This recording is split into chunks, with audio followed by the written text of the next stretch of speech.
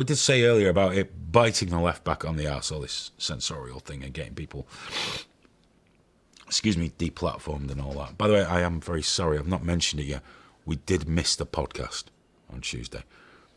Much and many going on. We'll talk about some of it on Tuesday when we got a bit more time. Maybe I'll do a stream of my own where I can unburden myself upon the good people and get personal, because I do that. We spoke about how it's going to come back and bite the left. Well, we're going to talk about gorgeous George Galloway. Now, as you know, look at him. Gorgeous. I'm not a huge fan. I'm not a huge fan of George Galloway. Don't like the man very much. He had a gig on Talk Radio. He's been fired. He's been fired from Talk Radio in the UK. They decided he'd taken one too many pot shots at the Jews and fired him for making an allegedly, apparently, anti-Semitic comment on Twitter. He made a tweet following Liverpool's victory in the Champions League, and it read, you can see it there, but it's probably very small on your screen. Congratulations to the great people of Liverpool. To the memory of the socialist miner Bill Shankly, who was a famous Liverpool manager, for those that don't know. To the fallen 96 people that died. It was the not Heiselstein, it was Heisel, for fuck's sake. It was Sheffield Wednesday, wasn't it? Where was it? How have I forgotten that? 96 people died in the crush at the side of the pitch. I can't remember. I don't know, man. I feel really bad now. Yeah, it's West. Why did I say Heisel? That was a completely Heisel's not right. Completely different thing.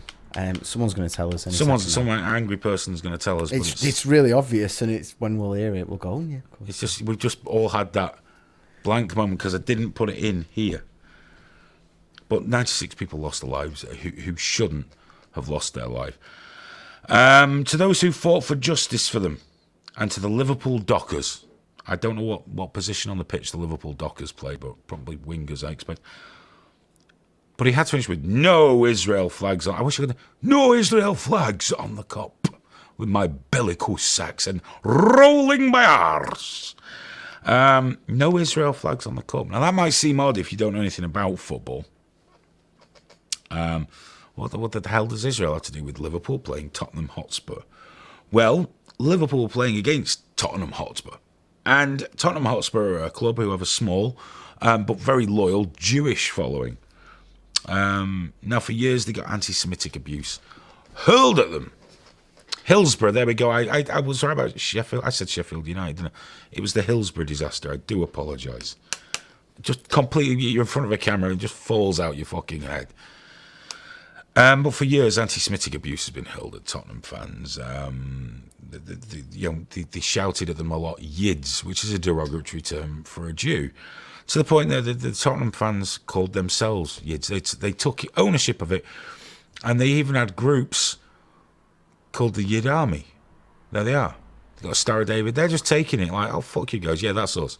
Not all Jewish that call themselves the Yid Army or the Yid. It's just... So it is.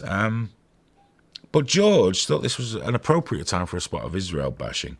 Why he thought it was appropriate, I'm not really sure, but it's pretty clear that it would be thought anti-Semitic. It makes sense, yeah? They're Jewish, not Israeli. Israeli flags, they don't all fly Israeli flags, there are just some there from the Jewish people. It's shitty.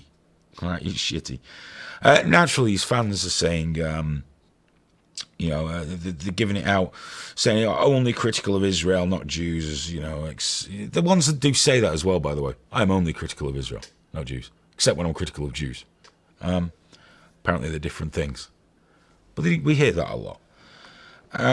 They claim it's further evidence that the Zionist lobby is behind this, etc., etc., etc. The thing is, what did any of this have to do with Israel?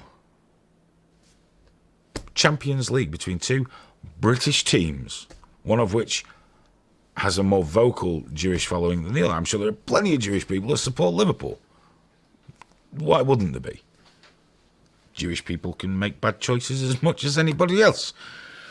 I just found it all odd. And then he went on to defend his comment by claiming a number of Tottenham fans were flying the flag of Israel, which he claims shows an affiliation to the racist state. The racist state. Okay, well, keep that in mind. Now, naturally, he's going to sue, because George loves a bit of that. And folks on the internet are either laughing at it or screaming for his head or screaming that it's all Zionist skullduggery, obviously. Me, I actually see this as quite amusing poetic justice. I generally do. Take the Jew and the Zionist business out of it. A lot of people on the left have been wallowing in the misery of people who've been deplatformed for having an opinion.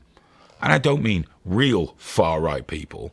I'm talking about people who are conservative or just, they don't wrong think, okay? Anyone, even if this disgusts me, they delight in seeing them deplatformed.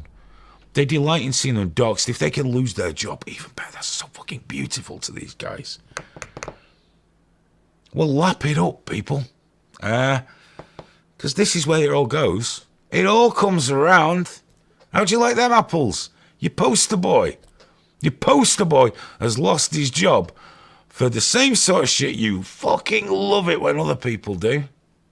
You love it. You demand it. You demand it. And the amazing thing is you'll defend him to the hilt. If some far-right prick said something about Jews, you'd be screaming for them to lose their platform as well. As for George, I couldn't give a tin shit what he thinks about Israel or the Jews. I really couldn't care less. But when he repeatedly calls it a fascist state and a racist state, but then he's licking the toes of dictators who treat people like a waste product. Here you can see him having a passionate embrace with Mahmoud Ahmadinejad, that well-known human rights campaigner and former leader of Iran.